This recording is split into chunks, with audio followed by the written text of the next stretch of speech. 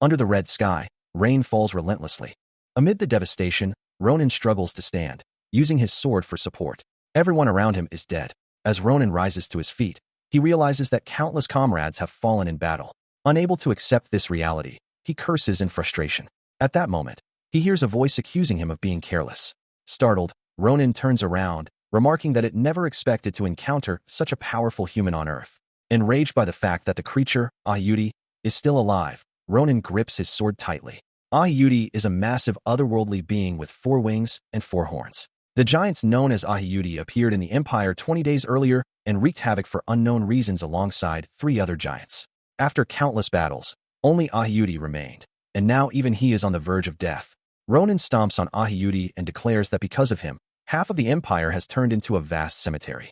Despite this, Ahiyuti assures Ronin that he will not live much longer and will soon return to the side of a certain individual. Ronin coldly responds that it is fitting, as Ahiyuti's companions who died before him will be waiting there as well. Confused by Ronin's mention of companions, Ahiyuti listens as Ronin explains that he is referring to the other 2 giants who came with him.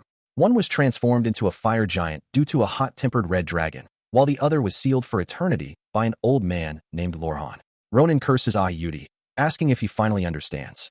In response, Ahiyuti tells Ronin not to hide the truth behind empty words and reveals that the children of the stars share their senses with one another, meaning they already know that the other giants and their opponents were annihilated together. Hearing this, Ronin clicks his tongue in irritation. Ahiyuti continues, stating that this means powerful individuals like Ronin no longer exist on Earth. Ronin bluntly replies that he is still alive, prompting Ahiyuti to warn him not to become overconfident, as his time is nearing its end. Ahiyuti admits that he is relieved, because had Ronin realized his potential earlier and devoted himself fully to training, he would have become a serious obstacle to Ahiyuti and their long-cherished ambitions. These words infuriate Ronin, eventually leading him to confess that even without Ahiyuti saying anything, he knows he has lived a deeply flawed life. After this admission, Ahiyuti praises Ronin as a remarkable human, stating that it is acceptable for him to feel pride. However, he warns that the human world will soon be engulfed by starlight and vanish entirely. Immediately after those words, Ronin takes down Ahiyuti with a single strike. With sorrow-filled eyes, Ronin quietly asks what Ahiyuti expected him to do about events that have already occurred. At that moment, he hears a voice calling out for help, saying that she cannot move due to her injuries. Recognizing the voice instantly, Ronin searches desperately and realizes with relief that she is still alive. Despite his wounded body, Ronin finally finds her and expresses his happiness that the Grand Commander survived. However, his relief turns to shock when he notices that her right arm has been severely injured. Her name is Adeshan. Ronin comments that for someone who holds such a high command position, Adeshan is in extremely poor condition. Hearing this, Adeshan responds humorously, saying that Ronin is only a corporal, so he is not particularly impressive himself. She then asks whether Ahiyuti is dead. Ronin confirms that he killed him. Upon hearing this, Adeshan feels relieved and begins to sob as she thanks Ronin repeatedly. He quietly watches her cry and then smiles, suggesting that if she is truly that grateful, she should listen to his request. Ronin expresses regret over wasting his days by fooling around, which left him unable to accomplish much, and he feels it is unfair that he is now facing death. Adeshan softly asks what Ronin would do if, by some chance, he were to survive. Ronin smiles and says there are many things he wants to do, but as he looks up at the sky, he admits that the only thing he can think about right now is wondering what it would have been like to attend the academy. Adeshan is confused by this, so Ronin explains that Ahiyuti's final words have been troubling him. More importantly, his late sister's wish was for him to attend the academy. However, those wishes and emotions will never be fulfilled, as Ronin believes he will soon be reunited with his family. Adeshan hurriedly tries to speak, hoping to give Ronin a reason to hold on. She tells him that a search party will arrive once the rain stops. Ronin responds that he already told her he is a lost cause and asks why she keeps saying things that will not change anything. Suddenly, something unexpected occurs. Both Ronin and Adeshan notice that the rain abruptly stops, and an overwhelming surge of energy fills the area, triggering a violent earthquake. Ronin looks up at the sky in shock and sees an enormous creature with 8 wings, accompanied by several 4-winged creatures.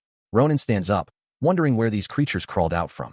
Adeshan is equally shocked and terrified as she realizes that the 3 giants were not the end of it. She comes to the devastating conclusion that for the 3rd time, she has failed to save the world. Now she has only one chance left, yet she cannot think of any possible way to succeed.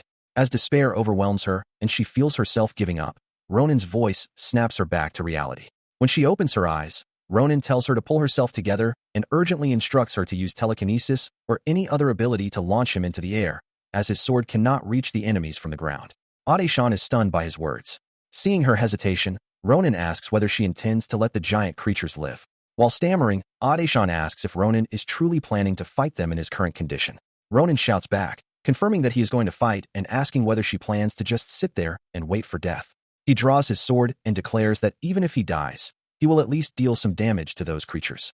Ade-shan's eyes widen in disbelief as she watches Ronin refuse to give up, even in such dire circumstances. She realizes that this is the kind of man he is, and that is why they managed to come this far. This realization makes her believe that if it is Ronin, then perhaps something can still change. She stands up, feeds Ronin a glowing blue orb, completely catching him off guard. Shocked, Ronin demands to know what thing did he just ate. Ignoring his question, Ade-shan whispers something into his ear. Still in disbelief, Ronin asks what she could possibly be saying at a time like this.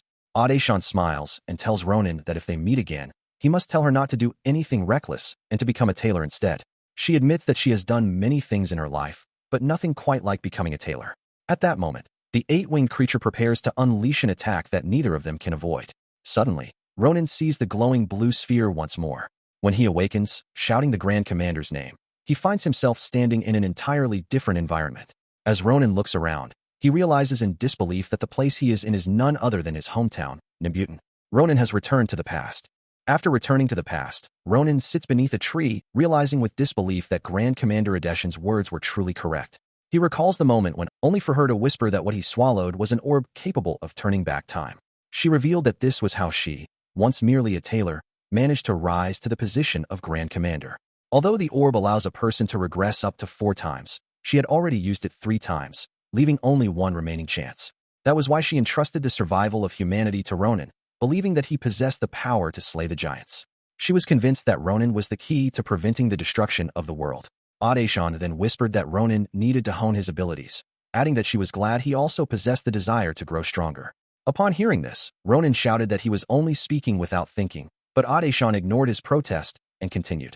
She told him that if he truly wanted to learn, he must go to Filion Academy, a place filled with outstanding individuals. She was certain it would greatly benefit him. Thinking about all this overwhelms Ronin, causing him to grow frustrated as he repeats, shouting that if this is a dream, he needs to wake up immediately.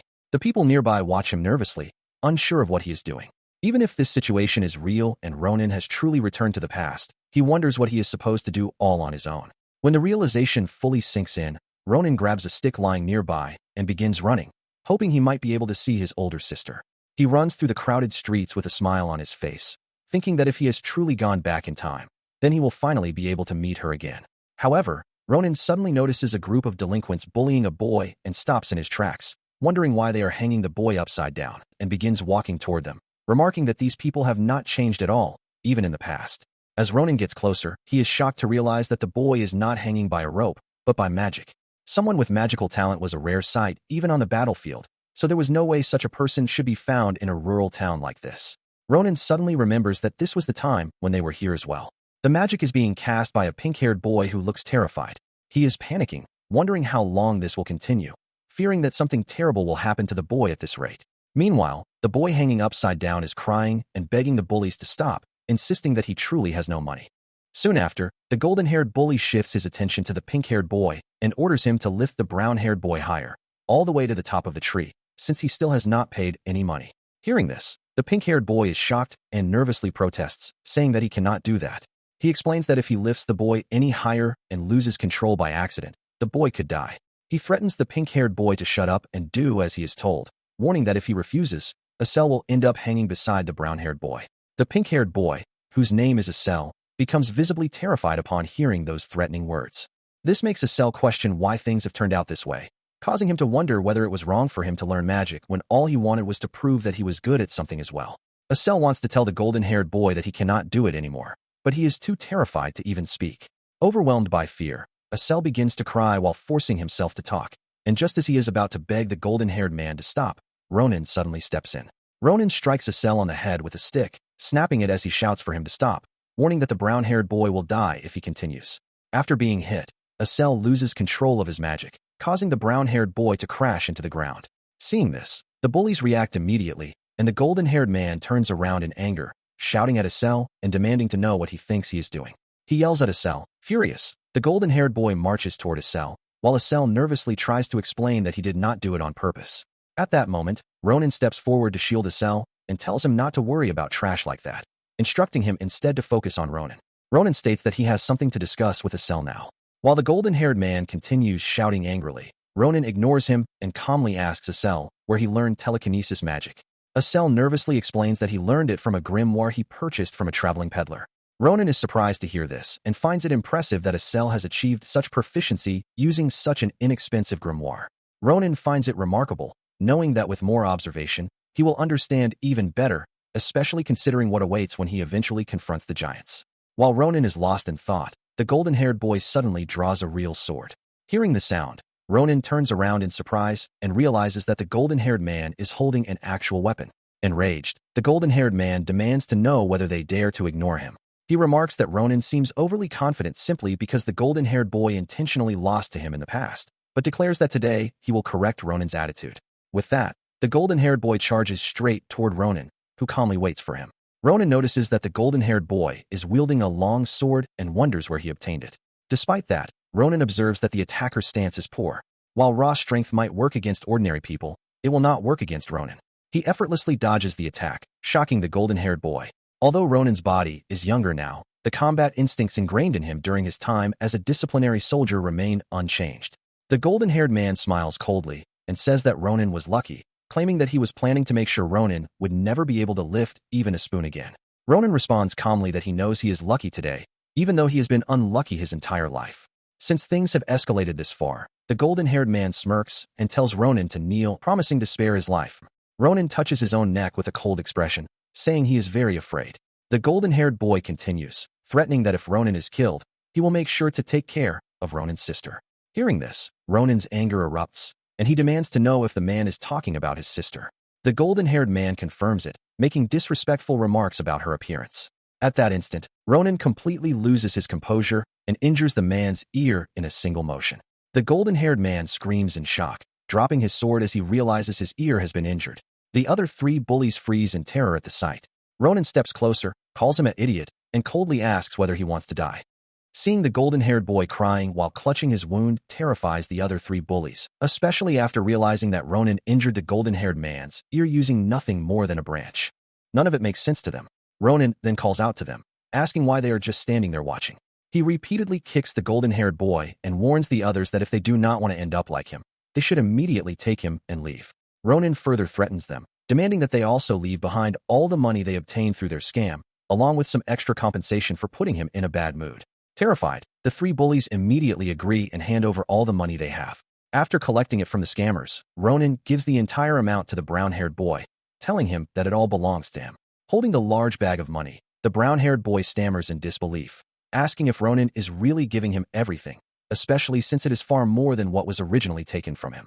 Ronan tells him it is fine to keep it, explaining that he is already satisfied with the long sword. He then reassures the boy not to worry about revenge, saying that those bullies will not even be able to lift their heads again. Hearing this, the brown-haired boy immediately thanks Ronan for helping him. Ronan waves his hand and tells the boy to stop thanking him and go home quickly. Suddenly, Asel nervously speaks up to get Ronan's attention. Hearing his voice, both Ronan and the brown-haired boy turn to look at him. Asel nervously apologizes to the brown-haired boy and begins to cry, saying that he knew he should not have done it no matter how much Hans threatened him, but he was too scared to resist. He continues crying, blaming himself and repeatedly apologizing. Seeing this, the brown-haired boy takes a deep breath and smiles, remarking that Asel has been crying like that ever since the first time Hans dragged him there. He adds that Asel cried the same way the first time he was pulled into this situation, and when he saw Asel back then, he felt that they were in the same position. Asel listens quietly with tears filling his eyes, but the brown-haired boy places a hand on Asel's shoulder and tells him not to blame himself too much, explaining that he knows it is not Asel's fault.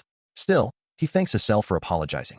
After that, the brown-haired boy bows and takes his leave, while Asel waves goodbye. Ronan watches this exchange, then exhales quietly, thinking that Asel might not be such a bad person after all. Ronan approaches Asel and asks if he remembers when Ronan said earlier that he had some business with him. Asel becomes flustered when Ronan touches him and quickly responds that he remembers. Ronan turns around, saying that is good, and starts walking away, telling Asel that they will meet again in 3 days. Hearing this confuses Asel, so he asks Ronan what he means by that. While walking away, Ronan waves his hand and says that he is busy right now and that they will meet then, adding that it would be better if it is when the moon rises. Ronan suddenly draws his sword and glares back at Asel, warning him that he knows what will happen if Asel does not show up. Asel becomes terrified at the sight, and Ronan starts running off, calling out that he is leaving first and that Asel should not be late. After Ronan disappears, Asel stands there wondering what that was all about. The scene then shifts to Ronan standing nervously in front of his home, wondering whether the flowers he picked might be too much. He remembers that his sister liked them, so he cut the stems the way he had seen before. Still unsure, Ronan mutters to himself and decides to throw them away. However, as he speaks out loud, the door suddenly opens and his sister steps out, saying she was wondering who was standing outside, only to realize it is Ronan. Startled, Ronan quickly turns around as his sister asks if he is coming inside. During Ronan's time as a disciplinary soldier, he thought thousands of times about what he would say to his sister when he finally saw her again. He wondered whether he should apologize for leaving without a word or tell her how much he missed her. He replayed these thoughts endlessly, but those were words that only Ronan, the disciplinary soldier, could say. Now, in the present, with his sister standing right in front of him, there is only one thing Ronan can bring himself to say. Ronan's sister comments that he is home early today, and those simple words make Ronan feel warm inside as he quietly replies that he is back. Later, at the dining table where the food has already been prepared, Ronan's sister is visibly surprised. She admits that she never thought she would live to see the day when her cold brother would give her flowers.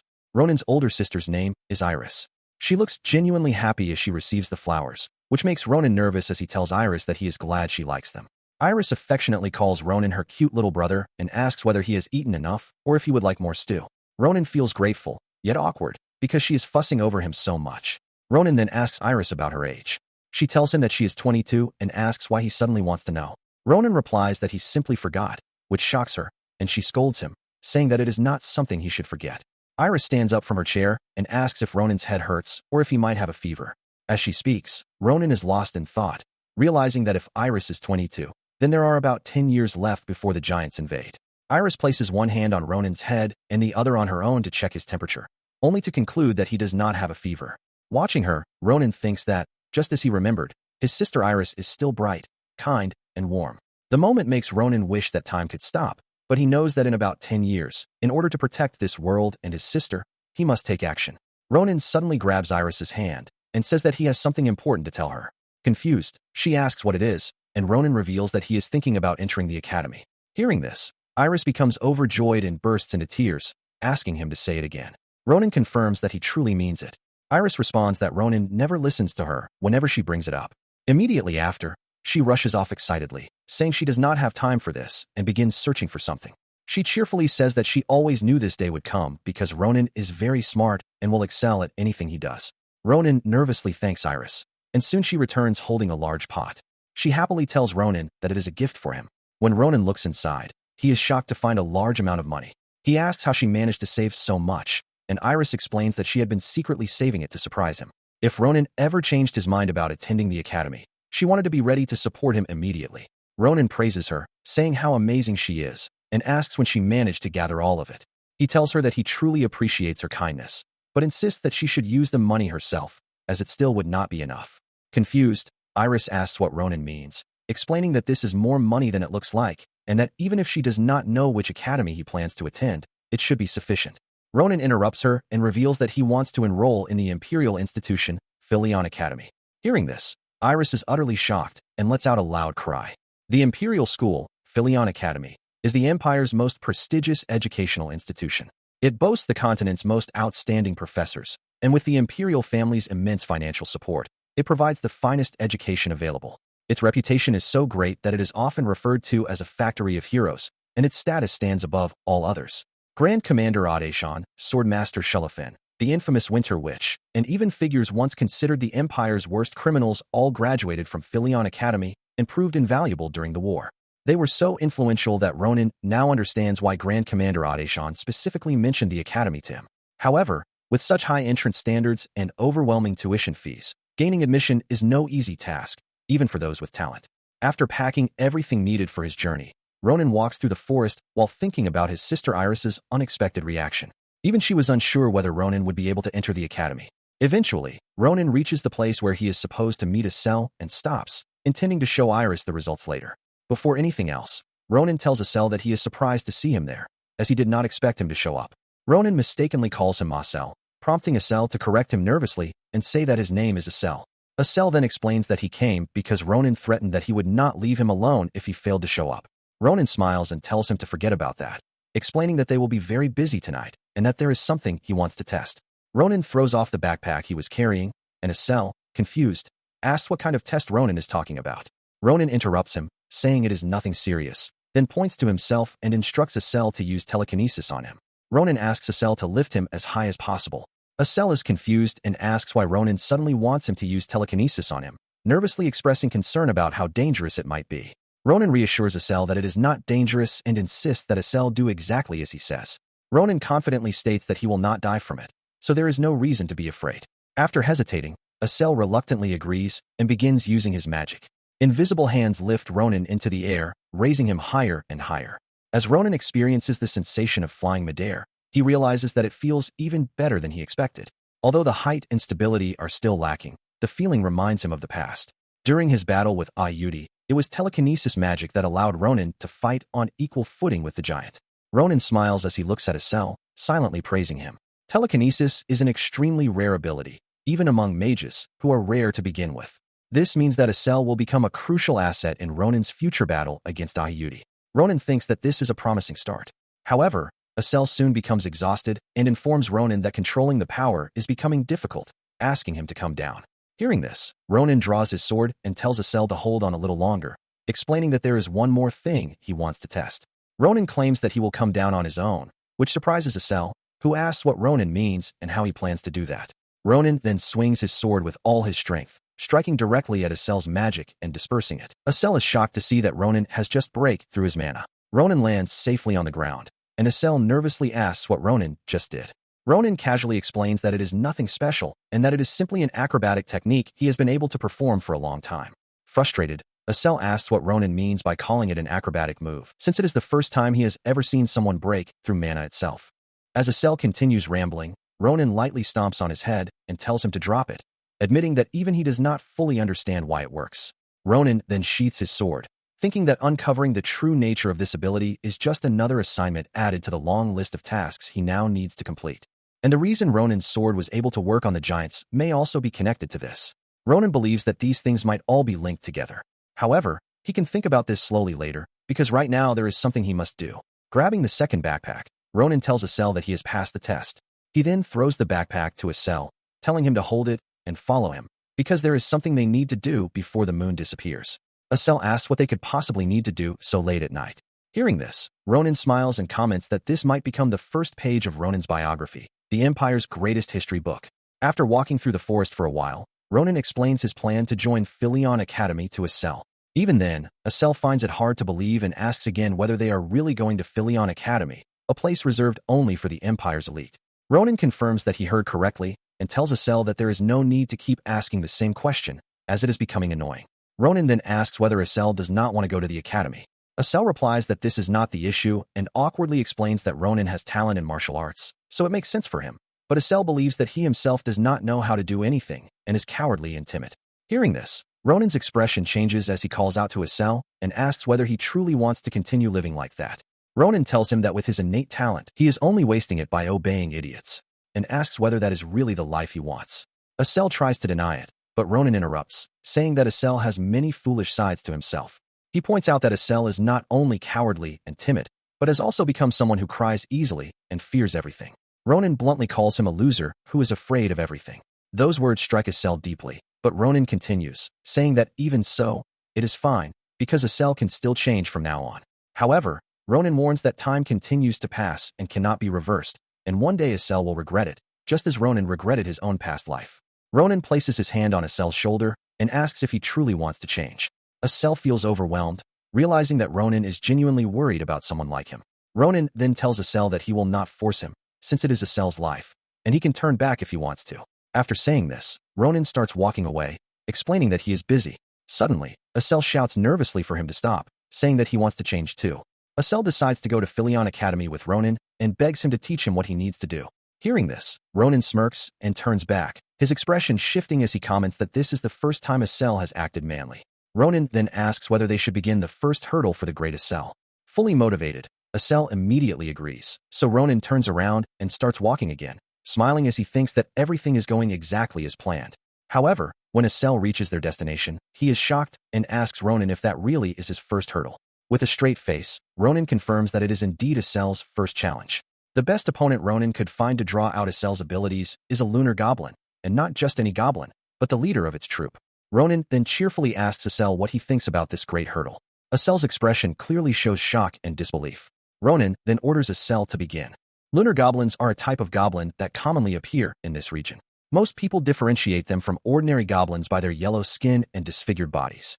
However, the true defining trait of lunar goblins is their obsession with gold and other treasures. They are known to ambush merchants, steal valuables, and then gather all the stolen goods in one location to hold a festival on a night with a full moon, just like today. After Ronan explains all of this to Asel, Asel asks whether that is the reason they are here. Ronan agrees, stating that they are going to steal all of that treasure tonight.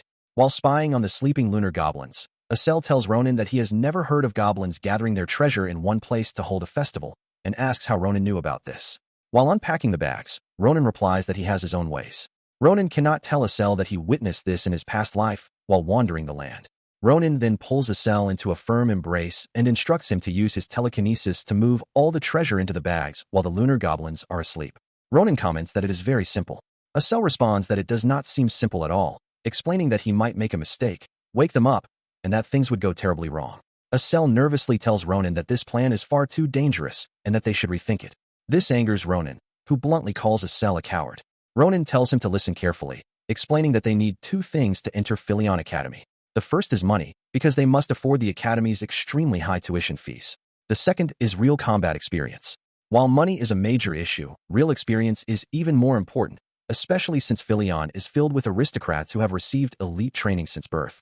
Ronan asks Asel if he wants to compete against people like that, and if he does, there is only one way to do it. That way is to gain experience by risking their lives, and lunar goblins are the perfect opponents. By completing this task, they will gain both money and experience, accomplishing two goals at once. Seeing Asel's reaction, Ronan asks whether he is wrong or if Asel has a better idea. While sobbing, Asel admits that he does not have any other plan. With that, Ronan decides to proceed.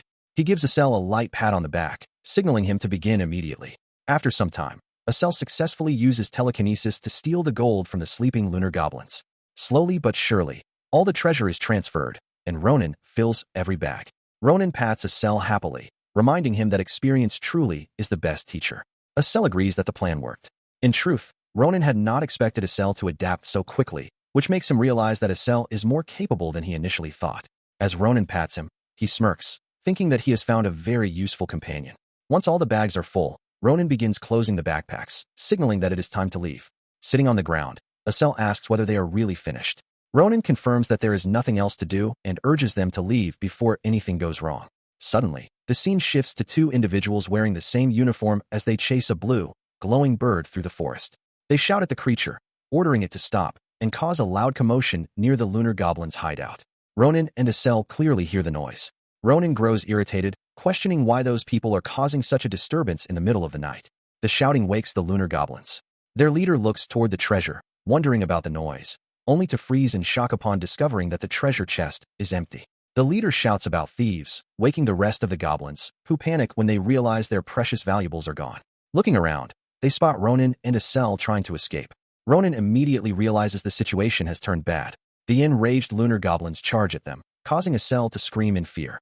Ronan throws aside his backpack and draws his sword, stating that he expected something like this to happen, but things had been going too smoothly.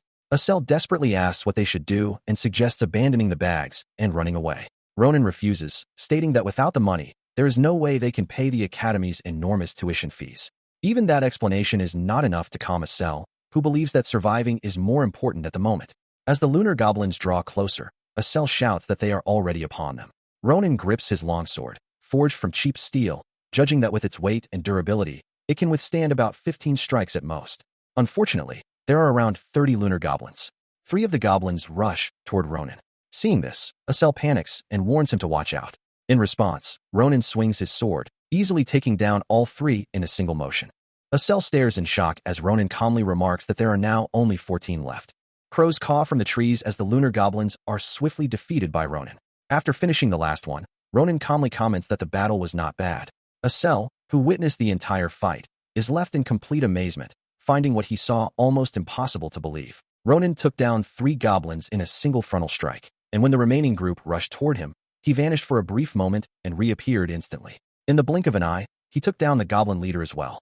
Asel never imagined Ronan could create such an overwhelming display. Ronan then turns around and glares at Asel, asking why he is standing there, completely spaced out. Startled, Asel quickly apologizes. Ronan tells him there is no need to apologize and urges him to hurry up and gather their belongings because they are leaving immediately. After packing everything and resuming their journey, Ronan rubs his shoulder, commenting that the fight was more tiring than expected. He had assumed they would travel comfortably, but nothing ever goes exactly as planned.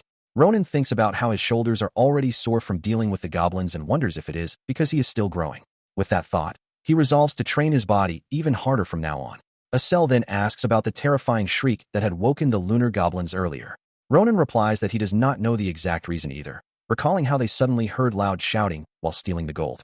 He mutters that those people caused unnecessary trouble by screaming in the middle of the night, and if he ever finds them again, he will make sure they regret making things so difficult. Suddenly, an arrow is fired toward Asel. Both Ronan and Asel sense it at the same time, but Ronan reacts instantly, grabbing the arrow in midair before it can strike Asel. Asel stares in shock at the arrow in Ronan's hand and asks where it came from so suddenly. Ronan irritably comments that this forest must be cursed, given how many reckless people seem to be wandering around. It soon becomes clear that the attackers are the same two individuals who were earlier shouting while chasing a glowing blue bird. Upon realizing that Ronan and Asel are human, and kids at that, the two men smile. Being called kids makes Ronan visibly frustrated. The two men approach them, apologizing while glancing at the bags of gold, explaining that they heard rustling sounds and assumed it was a monster. They even joke among themselves that they were nearly responsible for harming someone. The black-haired man steps forward and asks if they are injured, extending his hand. Ronan immediately stops him, stating that their explanation is nonsense and pointing out that their expressions give them away. The two men look confused as Ronan sharply tells them to stop pretending and answer honestly, demanding to know who they are. Their expressions shift upon seeing Ronan's serious gaze. The black-haired man laughs and walks closer, claiming that he forgot to introduce himself properly. Without warning, he silently draws his weapon and announces that they are members of Caliboro before attacking Ronan. Upon hearing the organization's name, Ronan grabs the man's wrist mid-attack and strikes him, sending him staggering back. The golden-haired man, frustrated, rushes toward Ronan, but Asel quickly intervenes by using his telekinesis to restrain him. The golden-haired man freezes in place, shocked to realize he cannot move at all. Seeing this, Ronan turns to Asel and compliments him. He then forces the golden-haired man to drop his weapon, picks it up, and creates distance. Confused and panicked, the golden-haired man asks who Ronan really is, but the next moment he collapses, defeated. Asel trembles and asks if the man is dead. Ronan confirms it, asking why he would spare someone who tried to kill them, especially someone affiliated with Caliboro. Asel is horrified to hear the name. Caliboro is a notorious organization known for poaching, kidnapping, regarded as one of the Empire's most dangerous criminal groups. Ronan explains that if he had not acted, Asel might have been captured and never seen again. Letting members of such an organization live, Ronan says, would be a crime in itself. Suddenly, one of the bags belonging to the two men begins to move. Ronan tells Asel to stop panicking and collect the supplies, but the bag suddenly lifts into the air, startling both of them. Ronan turns sharply, demanding to know why the bag is moving. Asel explains that the men were carrying it before they were stopped. The two cautiously approach the bag, with Asel wondering if it contains a poached animal. Ronan replies that they will find out once they open it.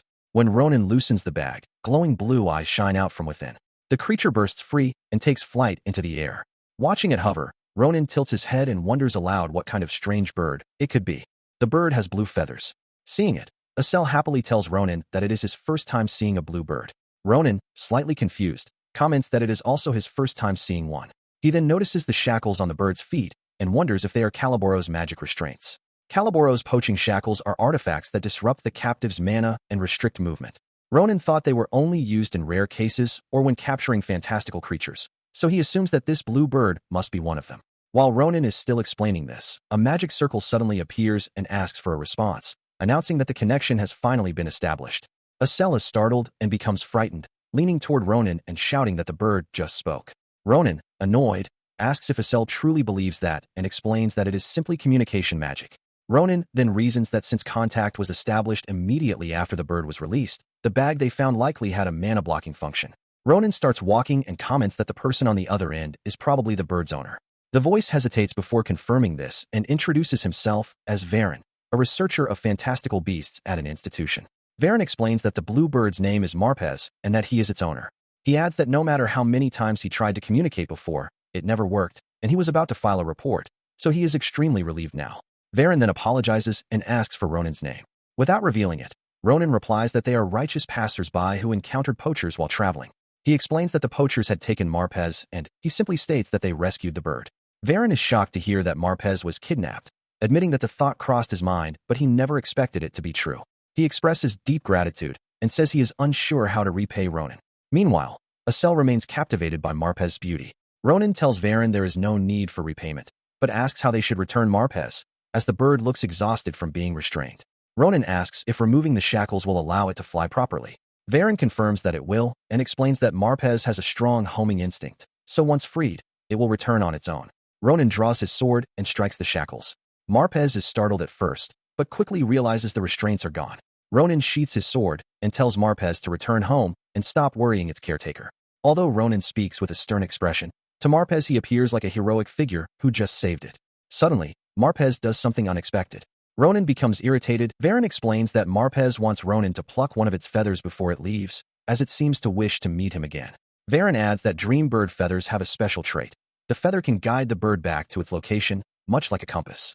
He asks if Ronan has taken one and invites them to visit the institution in the future if they wish to see Marpez again, promising to repay the favor then. Marpez takes flight and quickly disappears into the sky. Afterward, Asel notices something on Ronan's head and asks what it is. Ronan touches it, saying it stings slightly, but then looks at his hand in shock and asks what it could be. A few days later, they arrive near a town, where a mercenary is inspecting a jewel. After examining it carefully, the mercenary comments that it is an incredible object and offers Ronan 20 gold coins for it. The person is the owner of the Carabel merchantry, Duan Carabel. Duan comments that today must be his lucky day, as he never expected all the items Ronan brought to be of such great value. He admits that he never thought he would be able to assist such a valuable customer. Ronan smiles and replies that he has finally met someone who understands. He then explains that all the other merchants were trying to scam him by offering pennies for such valuable goods, which had made him extremely frustrated. To think that he finally found such a conscientious merchant makes Ronan feel that all his walking around was worth it. Happily, Ronan shakes hands with Duan. Duan laughs and says he is honored to hear that. He then asks if there is anything else Ronan would like to have appraised besides the items already shown. Hearing this, Ronan reaches into his pocket and asks if it is possible to appraise another item. He clarifies that he does not plan to sell it and is simply curious about what it is. The object looks like an egg, shaped and colored like a galaxy. Ronan explains that the blue bird, the dream bird Marpez, left it behind that night. At first, Ronan thought it had left something unpleasant in his hand, but that was not the case. Feeling annoyed, Ronan tested it by throwing it against a boulder, only as a test, of course. Through this, he discovered that the object was incredibly tough, as it shattered the boulder into pieces. Ronan does not know whether it is a bird's egg or something else, but since it came from such a rare fantastical creature, he believes it could be a valuable treasure. After examining it for a while, Duan laughs and admits that he does not know what it is, but agrees that it is certainly an unusual object. Because of that, Duan suggests that Ronan take it to a specialized appraiser. Ronan lets out a breath and decides to do so, as his curiosity is growing and he cannot bring himself to sell it yet. After that, Ronan asks Duan if he sells books about Filion. Duan asks if Ronan means Filion Academy. Ronan confirms that they are planning to take the Filion entrance exams, but they do not know much about them. Duan smiles and comments that it is good timing, as they are also applicants. He then reveals that his daughter will be taking the Filion exams as well, and he believes she could help them. Duan adds that she should be back by now. As he says this, Duan's daughter walks in and notices her father talking about her. She asks what is going on and who the people with him are. Duan tells Ronan that she has arrived and introduces her as his only child, Maria. Ronan is visibly startled and looks confused upon hearing her name. Duan instructs Maria to greet Ronan and his cell properly, explaining that they are important people with whom he has just completed a major deal. Maria asks if that is really true, commenting that they look very young. Hearing this, Duan becomes upset and scolds her for using such language. He then apologizes to Ronan and Asel, explaining that Maria grew up in the merchant world, which is why she speaks so bluntly. Asel responds that it is fine and that he does not mind, then turns to ask Ronan if he is alright as well. Ronan ignores this and steps closer to Maria, asking if she truly is the Maria who uses the middle name. Senator Maria confirms this, but asks how Ronan knows about it. Ronan comments that she really does resemble someone he knows. He then signals for her to come closer and lend him her ear, saying that he has another question to ask. Although confused, Maria leans in and asks what he wants to know. Ronan quietly whispers to her. She becomes furious. The very next moment, Maria slaps him while angrily scolding him. After taking the slap, Ronan realizes that the sensation feels exactly the same as that person Count Maria sent her back when Ronan was a disciplinary soldier in a place called Marlin. Maria was in charge of supplies. With a strong work ethic and an easygoing personality that allowed her to get along with anyone without hesitation, Maria was an impressive individual.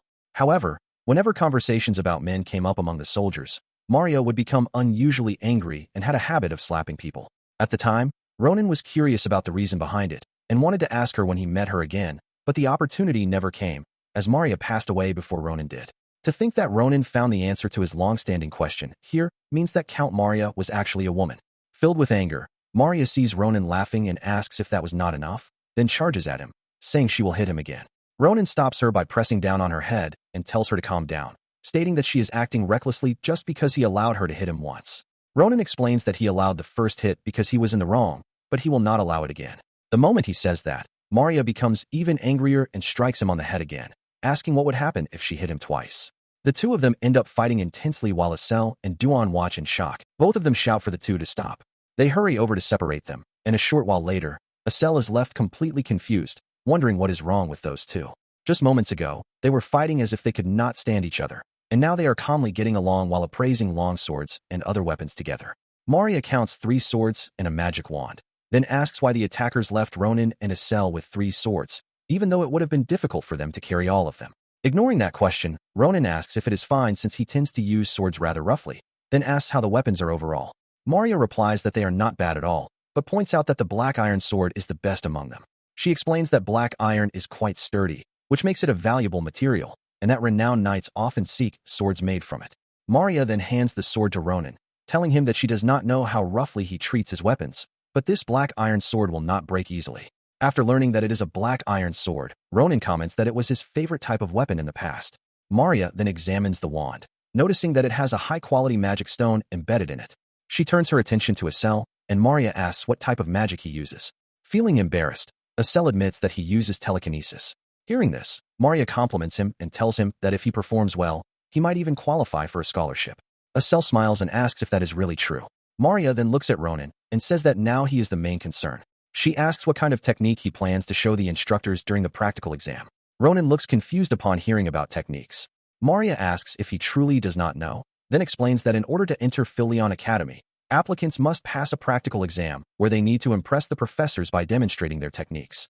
The theory exam is quite difficult, but it is not as challenging as the practical exam. It is said that if an applicant performs well in the practical, they will pass the exam. In other words, if Ronan does not demonstrate his worth, he should forget about entering the academy. Ronan takes a breath and remarks that a swordsman should only need to be skilled in swordsmanship. He then asks Maria what applicants usually demonstrate during the practical. Maria explains that most nobles showcase their family's secret techniques, while martial artists and other applicants demonstrate their personal mana combat techniques. Ronan is surprised to learn that children of that age can use mana even if they are not officially mages.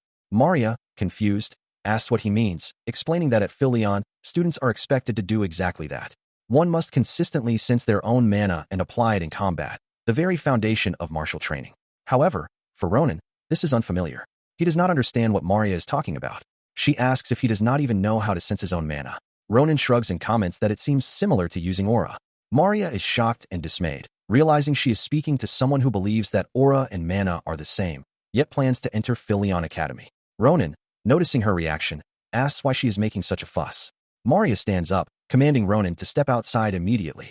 He asks why she suddenly insists on this, but she ignores him and grabs 2 swords, asking if she can borrow them since she left her own at the blacksmith. Ronan becomes angry, questioning whether she is confident enough not to damage them. Maria reassures him, promising that she will finish before anything happens, and if the swords are damaged, she will compensate him 3 times their value. She then tells Ronan to stop talking and follow her, explaining that she will give him special training. Maria begins to explain. Mana is the root source of natural power. Like air, it exists everywhere in the world. However, that does not mean anyone can use it. To harness mana, one must sense and feel their own energy, a skill known as mana sense. Reaching this stage depends on training, innate talent, and personal effort, but it typically takes about a year to begin sensing mana. Philion's prospective students have long surpassed this stage. After mastering their own mana techniques, they apply to the academy. After explaining this, Maria asks if Ronan understands the concept of sensing mana. Ronan does not even know the difference between mana and aura, yet he wants to enter Philion, which baffles Maria. She agrees that while aura is a type of mana, The difference between them is as vast as the sky and the earth. Ronin, surprised, asks if it is really that different. Maria continues, explaining that even those whose talent has been recognized train for a minimum of 10 years and, through relentless effort, barely achieve enlightened innate power, which is called aura.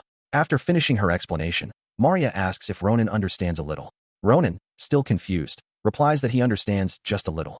He recalls encountering aura users on the battlefield who would brag about their powers and use unusual techniques that were both impressive and annoying, though, in the end, they could still be defeated. Maria completes her explanation and asks if they should begin training, noting that Ronin will learn faster through action rather than theory. With that, she charges at Ronin, and their swords clash. Maria and Ronin clash their swords, and the moment their blades meet, Ronin realizes just how talented Maria is. Despite her young age, she exerts tremendous power and is skilled in dual wielding. He cannot tell from the clash whether her style involves mana or not, but her strength and precision are undeniable. Meanwhile, Maria herself is astonished. She had planned to finish Ronin in a single strike, fully confident that she could demonstrate the power of mana and make him give up the test. Instead, she finds herself being pushed back and wonders if this is the skill of someone who supposedly cannot use mana. During their sparring session, Maria swings her sword with all her strength, deeming the situation impossible. Ronin, bouncing her back with a precise counter, instructs her to dodge instead of block on his next attack. Startled, she instinctively evades the strike, landing safely and exhaling, commenting that hesitating would have been disastrous. She smiles at Ronin, acknowledging that he is truly exceptional. Ronin smiles back, saying the same goes for her. Ronin sheaths his sword and tells Maria that, aside from mana, she is naturally talented with a blade. However, her center of gravity is slightly off, and if she corrects it, her skill will improve immensely. As he starts to leave, Maria, confused, asks where he is going and points her sword at him, challenging him and asking if he thinks he has won.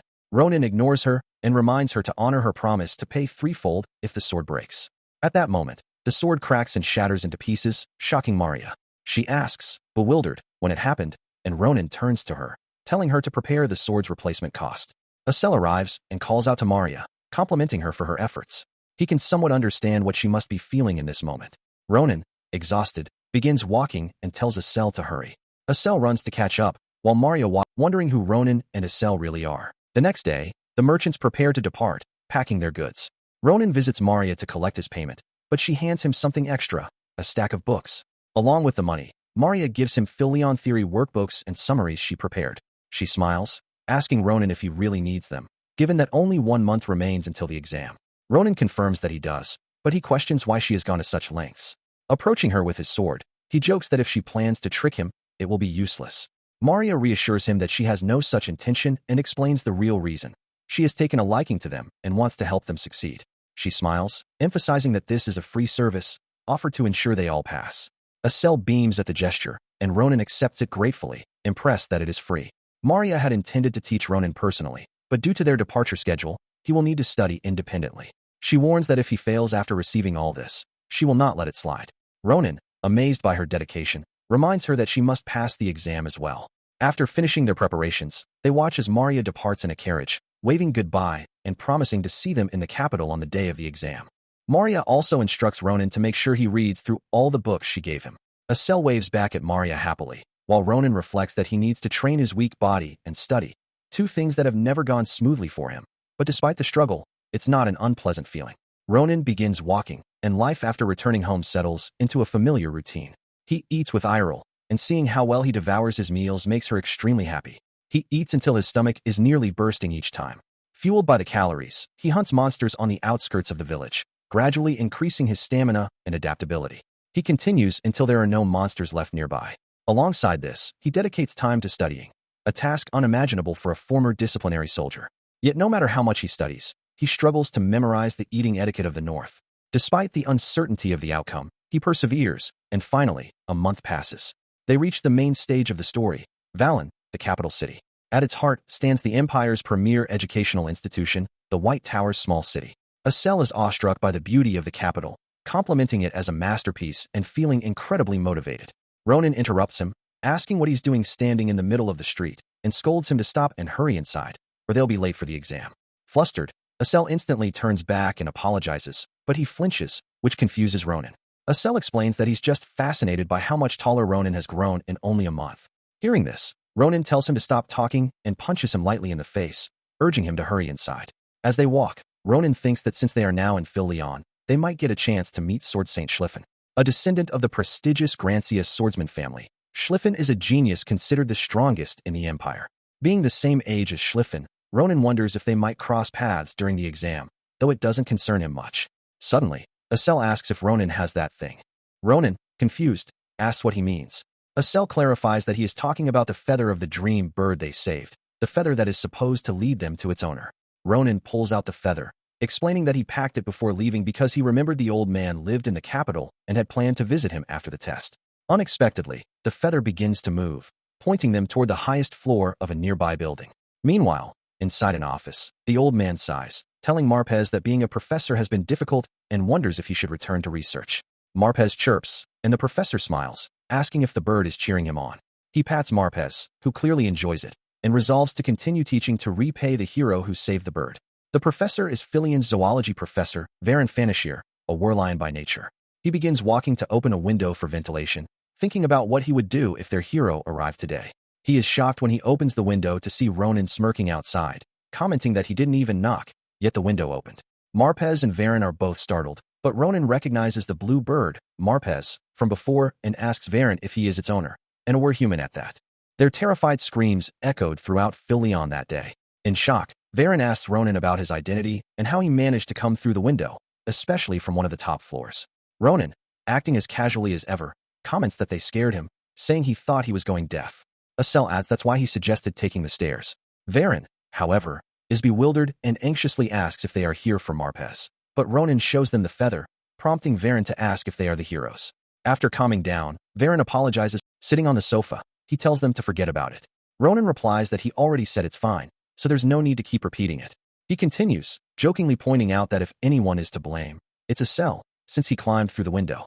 Acel, confused, explains that it was Ronan who told him to use telekinesis because the stairs were inconvenient. Hearing this, Ronan smirks and messes with Acel's face, telling him to keep quiet. More importantly, Ronan remarks that this situation wasn't what he had imagined. He never expected that the owner of the bird, a warlion, a rare type of were-human, would also be a professor at Philion. Varan smiles, admitting that he too was confused to think that their heroes were merely entrance applicants. Varan adds that he's disappointed. Had he known beforehand, he would have prepared a recommendation. But since the exam is today, all he can do is hope they succeed. If they fail, he promises to help them next time. Ronan comments that it's an unlucky thing to say and rummages through his pocket. He reassures Varan that it's fine and explains that he has something to ask. Since time is limited, Ronan pulls out the egg-like object and shows it to Varan. Varan is shocked at first, but upon closer inspection, he realizes it is a dream bird egg. Grabbing the egg, Varan asks if Ronan means that Marpez laid it. Ronan, confused, asks what's wrong and wonders if it's really so surprising that a bird laid an egg. Varan clarifies that Marpez is not just any bird, it's a dream bird. More surprisingly, Varan has no idea what will hatch from the egg. Ronan is perplexed, arguing that by common sense, a bird egg should hatch a bird. Varan explains that dream birds are different from ordinary birds. Depending on the surrounding environment, a dream bird will absorb unique mana and produce an egg accordingly. For instance, in a lava-filled area, a phoenix wrapped in flames may hatch. In a monster's nest, the hatched dream bird may resemble a monster. In some cases, it might not even resemble a bird at all. Varan continues, bragging that by analyzing the mana emitted from an egg, one can often predict the form the dream bird will take. However, this particular egg contains a myriad of mana, making its eventual form entirely unpredictable. It's a bit embarrassing for Varan to admit, but at this moment, he cannot say with certainty what exactly this egg is. Ronan, with a mildly surprised expression, comments that Varan is placing so much meaning on a mere egg. He then turns to Marpez, asking where the bird had been wandering to lay an egg like this. Varan interrupts, asking if Ronan would be willing to look after the egg. Ronan confirms that he doesn't mind, but he asks if Varan would really be comfortable with him taking care of something so precious. Varan admits that it is indeed very precious because a dream bird only lays one egg in its lifetime. However, the fact that Marpez laid this egg in front of its heroes suggests that the bird felt something special. Marpez chirps happily upon hearing that. Varan explains that he wants to respect his friend Marpez, with whom he has spent so much time, and so he will leave the dream egg in Ronan's care. Ronan accepts, claiming that he is also curious to see what will hatch from it. He then stands, saying it's almost time to leave, as they have completed what they came to do. Seeing this, Varan asks them to wait for a moment. He stands and searches for something, explaining that he had been thinking about what to give Ronan and finally came up with a great idea. He hands Ronan a scroll, revealing that it will assist him with hatching the egg. Both Ronan and Isel are visibly confused. Sometime later, in the practical testing hall of Galleon Castle's main building, all the martial arts applicants are seated in the waiting area. Some pray, some inspect their weapons, and others prepare mentally. The instructor announces that the exam for applicant number 111 has concluded, and now it is applicant number 112's turn. Nervously, the next applicant stands and enters the room. Ronan, seated nearby, thinks to himself that after applicant 112, it will finally be his turn, though they are making him wait far too long. He glances at Maria, who sits next to him, and asks if she feels the same. Maria replies that the exams always run this way. Ronan then questions why she is wearing such an uncomfortable outfit. Maria smirks, explaining that she paid extra attention to her appearance because Phil-Leon is a private academy attended by nobles. They might become valuable clients in the future, so she ensures she doesn't look shabby. Ronan acknowledges her effort with a smile.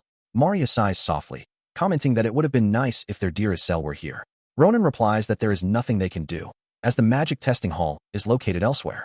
He adds that he would be glad if Isel is not crying by himself. The instructor announces that the exam for applicant number 112 has concluded. The applicant emerges, looking utterly exhausted and thinking he is doomed. The instructor then calls applicant number 113 to enter. Ronan realizes that it is finally his turn. Maria encourages him to stay calm and do his best, warning that if he fails, she won't let him off easily. Before entering, Ronan waves at her, assuring her that he already knows and thanks her for the heartfelt support. Ronan tells Maria that he will be back and steps into the room, standing before the professors of Phil-Leon. He notices that they all carry an extraordinary presence, but the old man in the center, Krava Kurtir, the headmaster, and the woman beside him, Navy Rose, stand out even more. Ronan rarely felt such intense vigor, even in his past life. Navy Rose is the swordsmanship instructor and holds the title of Grand Sword Saint. Ronan bows respectfully and introduces himself. Krava greets him in return and introduces himself as well. He then explains that Ronan will be practicing against a magically engineered dummy to demonstrate his technique, and asks what Ronan has decided to show the professors today. Ronan replies modestly that it's nothing special, just a fast and clean strike. He reaches to unsheath his sword, noting that this should be sufficient for a dummy. The professors react with surprise. Krava and those seated beside him are intrigued that Ronan plans to demonstrate a simple strike without using any mana. The golden-haired professor whispers to a colleague, taunting that there is always someone like Ronan, an applicant who judges a magically engineered dummy only by appearance and talks foolishly. The silver-haired professor agrees, noting that if the applicant comes from a distant country town, they might not understand. In reality, the dummy is equipped with defensive capabilities to withstand aura and possesses rapid regeneration. It is a product of precise magical engineering. The golden-haired professor continues, mentioning that even the so-called genius Schliffen barely left a mark on such a dummy, and wonders what Ronan plans to show. Both laugh at their own humor. However, Krava hears every word clearly and feels they are being disrespectful, especially with Ronan standing right in front of them. He wonders what might happen if Ronan proves them wrong. Ronan takes his stance, shocking Krava with the sheer vigor he exudes at such a young age. With precise speed and control, Ronan strikes the dummy, leaving even Navy Rose watching in disbelief. After completing the strike, he sheaths his sword and calmly tells the professors that his demonstration is finished. The silver-haired professor remarks that they never expected him to do just a single strike. The golden-haired professor adds that it's difficult to grade such a performance and glances at Krava for his opinion, but is shocked to see Krava staring at Ronan with awe. In the next instant, Navy Rose leaps onto the table, charging toward Ronan. Just as her attack is about to strike his neck, she abruptly stops. Ronan glares at her coldly and comments that she scared him.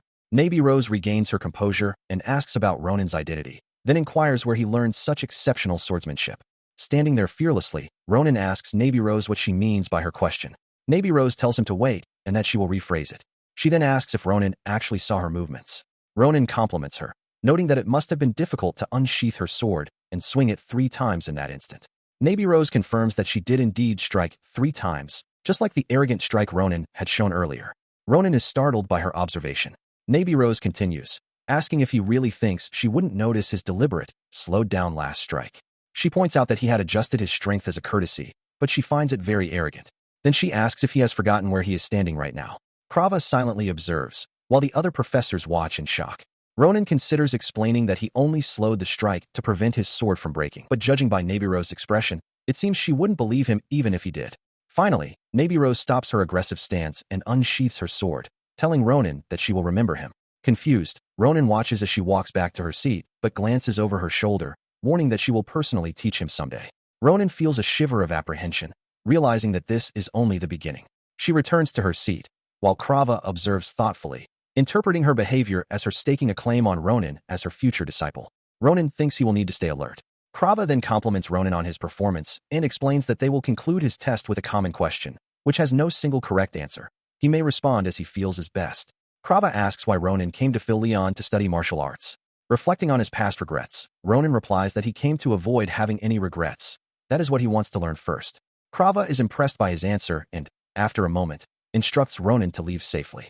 As Ronin closes the door, Krava repeats his answer to himself, contemplating how he might guide someone like him. The golden-haired professor, sweating nervously, asks Krava what is happening, noting that first Nabirose, and now the headmaster, are acting unusually. He wonders if Ronin performed some extraordinary trick. Krava replies that while that might be one way to describe it, he believes it is simply Ronin's talent. Both the golden-haired and silver-haired professors are shocked to realize that the magically engineered dummy was not only damaged, but has ceased regenerating entirely. Outside the room, Ronin reflects on Nabiro's movements during the test. Even with his past experience, he realizes that he might not be able to guarantee victory against her. He acknowledges that, despite the challenges he has faced, encountering Nabirose shows that he still has a long way to go. Smiling, he feels that coming to Phil-Leon was the right decision, confident that he will learn a great deal here. After that, Ronin heads toward the written test. With a month of preparation behind him, he assumed it would be easy, or at least, that's what he thought. The reality, however, was far different. He finds himself sitting on the ground, convinced he is doomed. Despair washes over him as he thinks his life is destined for failure. Seeing Ronin in this state, Maria comments that she never imagined he wouldn't be able to answer even half of the test. Turning to Estelle, she asks why this happened, though she is certain she had instructed Ronin to review the materials in his bag. Estelle nervously explains that Ronin had taken the study materials and moved his bag, but in his intense focus, he completely forgot about it. He admits it is all his fault and claims that this wouldn't have happened if he had reminded Ronin. Hearing this, Maria is amazed and exclaims, asking if such a fool truly exists. Maria then asks if Ronin has been like this ever since the test ended, and especially when the announcement for the results approached. Grabbing both of Ronin's hands, she lifts them up and tells him to stop grumbling and get up.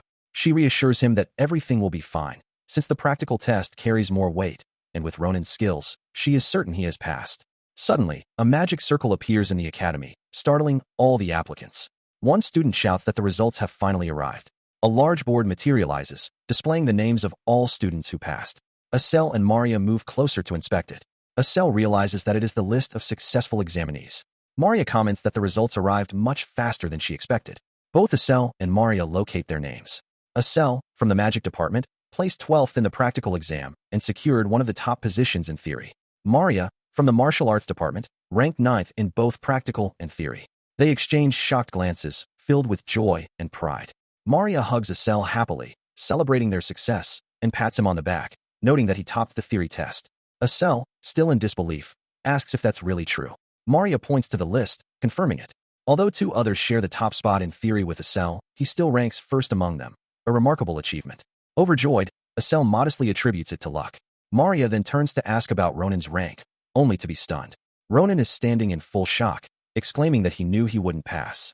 Ronin falls into despair, wondering how someone like him could possibly attend the academy. Maria, shocked by the news, asks if it's really true. Estelle is equally stunned. Maria grabs Ronin's face, opening his eyes, and tells him to stop joking.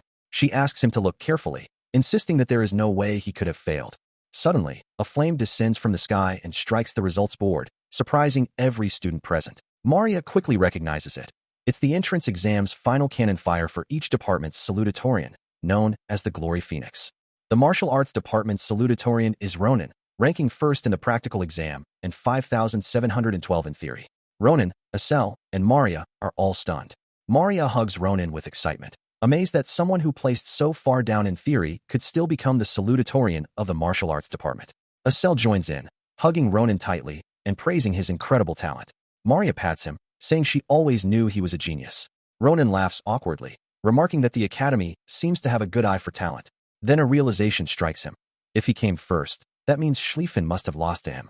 Knowing Schlieffen's prideful personality, Ronin senses that trouble is imminent. His unease grows, and he tenses. Just then, Schlieffen storms toward him, clearly furious, shouting that Ronin came first in the practical exam. Ronin realizes this is exactly how his first encounter with Sword Saint Schlieffen is going to unfold.